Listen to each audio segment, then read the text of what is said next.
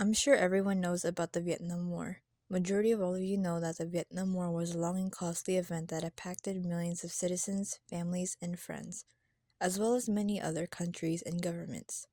There were many things that happened during this incident that made veterans or late family members of deceased relatives look back and think about what their deceased relatives experienced till this day.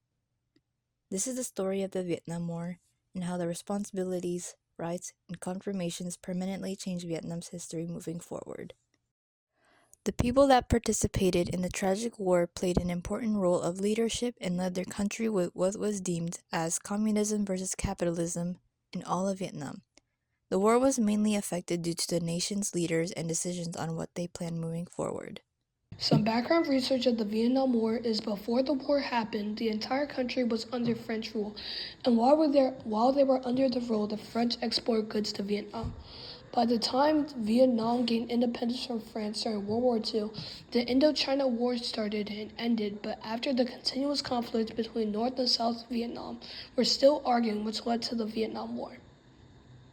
The war left hundreds of thousands of Vietnamese people seriously injured and unable to work in a country with no social safety net and very little private charity. Over 800,000 Vietnamese children lost both of their parents. One third the population of South Vietnam was rendered homeless at one point or another during the war. 58,000 Americans died and about 250,000 were injured. Approximately 20,000 American children lost their families in the Vietnam War. Millions of Vietnamese people and American servicemen were exposed to toxic chemicals that affected their bodies, but also the bodies of their children and grandchildren. People on all sides were traumatized. Families were shattered. South Vietnam was ostensibly a democracy. Its elections were rigged. Opposition candidates never rose above a local government. And people did not have the type of civil liberties that Americans enjoy via the Bill of Rights. South Vietnam did not have a constitution until the 1960s. The president of the country had very little right to suspend the constitution as he saw fit. The build-up of the Vietnam War was a timeline in which evolved step by step on the events that happened before the Vietnam War correlates to what happened in that current timeline. The Vietnam War was a long, costly, and devised conflict that pitted the communist government of North Vietnam against South Vietnam and its principal ally, the United States. Called the American War in Vietnam, or the full name, which is War Against the Americans to Save the Nation, the war was also part of a larger regional conflict and a manifestation of the Cold War between the United States and the Soviet Union and their respective allies. The Vietnam War traces its roots to the colonization of Vietnam by France in the late 19th century. In 1884, all of Vietnam fell under French rule, and in 1887 it was fully integrated into French Indochina. France developed a Western system of education throughout its colonies, propagated Roman Catholicism, and developed a plantation economy to promote the export of tobacco, indigo, tea, and coffee. French settlers moved mostly themselves around the city of Saigon. Independence movements against French rule developed at the start of colonization, but France maintained control of Vietnam until World War II, when Japan occupied the country. In 1967, U.S. strength in the South Vietnamese war zone grew to 486,000 personnel. A new plan was instituted where South Vietnamese troops were to pacify the countryside, while U.S. and Allied forces battled the Viet Cong and North Vietnamese troops. By the end of the year, the enemy had not won a single major victory. North Vietnam, however, built up its forces in Cambodia and Laos for another try. During World War I, National Liberation Movement formed under the direction of Communist Revolutionary leader Ho Chi Minh to combat the French and occupying Japanese forces. The Viet Minh, as they were known, coordinated their efforts with Allied troops fighting in the war's Pacific theater until the eventual defeat of Japan in 1945. After the war, the Viet Minh moved to the city of Hanoi in northern Vietnam and proclaimed national independence under provisional government, a move that would lead to the outbreak of the First Indochina War. With the Soviet Union similarly supporting its communist allies in North Vietnam, officially called the Democratic Republic of Vietnam, and stepping up its Cold War rhetoric with the U.S. government, tensions continued to mount over the next several years. In early August 1964, the controversial Gulf of Tonkin incidents, during which the United States alleged two separate confrontations with the North Vietnamese Navy, including an unprompted attack on USS Maddox by a trio of torpedo boats, gave the impetus for the passage of the Gulf of Tonkin Resolution by Congress, enabling President Lyndon Johnson to authorize direct military action without a formal declaration of war. The deep truth about the Vietnam War is that the conflict was the desire of North Vietnam that had defeated the French colonial administration. This is to unify the entire country under a single communist regime. By the time Vietnam gained its independence from France, both the North and South Vietnam have been working on their land to take over as much land and power as they can obtain. Since they have opposite reasons on what they plan to do with the land that they obtain, both sides want the same thing, which was a unified Vietnam.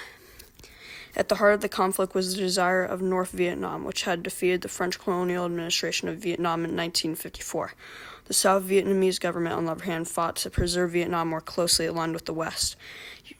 U.S. military advisors, present in small numbers throughout the 1950s, were introduced on a large scale beginning in 1961, and active combat units were introduced in 1965. By 1969, more than 500,000 U.S. military personnel were stationed in Vietnam. Meanwhile, the Soviet Union and China poured weapons, supplies, and advisors into the North, which in turn provided support, political direction, and regular combat troops for the campaign in the South.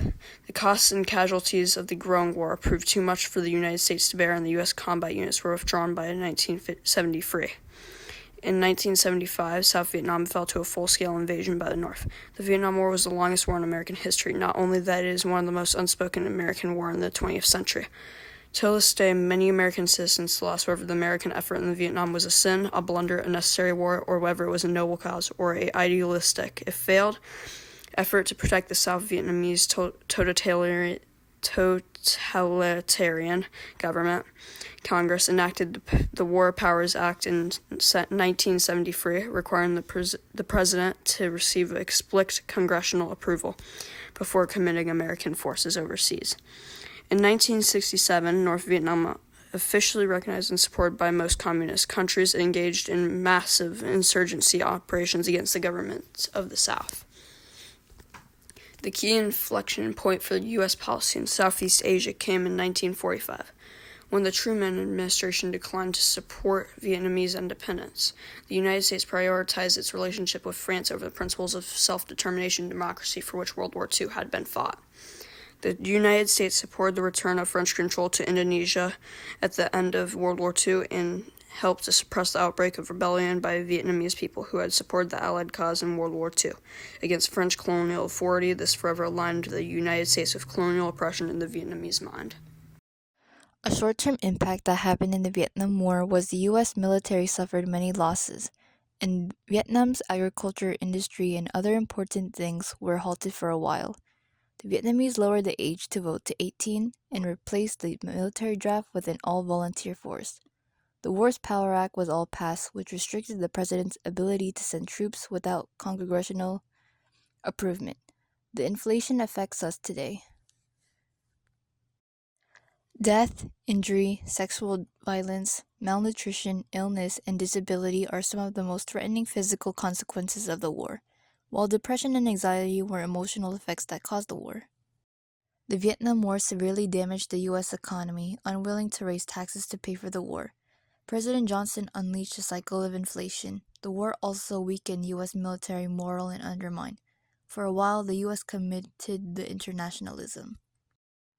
The collapse of the South Vietnamese government in spring of 1975, resulting in a communist takeover of the South, the discrediting of the U.S. theory that the emergence of a unified communist Vietnam would produce a domino effect, involving the spread of communism throughout the south of Southeast Asia. The deaths of as many as 2 million Vietnamese civilians, 1,100,000 North Vietnamese soldiers, and 250,000 soldiers, as well as 58,000 U.S. troops. Chaos in neighboring Cambodia, where the radical communist movement known as the Khmer Rouge seized power and caused the deaths of at least 1,500,000 Cambodians before being overthrown by Vietnamese troops in 1979. The emigration of some 2 million refugees from Vietnam from the late 1970s to the early 90s. In January 1973, the United States and North Vietnam concluded a final peace agreement, ending open hostilities between the two nations. War between North and South Vietnam continued, however, until April 30th, 1975, when DRV forces captured Saigon, renaming it to Ho Chi Minh City. The long-term effects of the Vietnam War raised doubts about the U.S. government amongst its citizens. In the later years of the war, American soldiers experienced physical and mental issues, including drug use, PTSD, and incidents of mutiny and attacks against the officers. Over 500,000 U.S. military personnel were deserted between July 1966 and December 1973, and there was a strong anti-war movement within the military, leading to protests, violence, and arrests. The My Lai massacre in March 1968, where U.S. soldiers killed over 400 unarmed civilians, intensified anti-war protests across the country. On November 15, 1969, over 250,000 people gathered in Washington, D.C.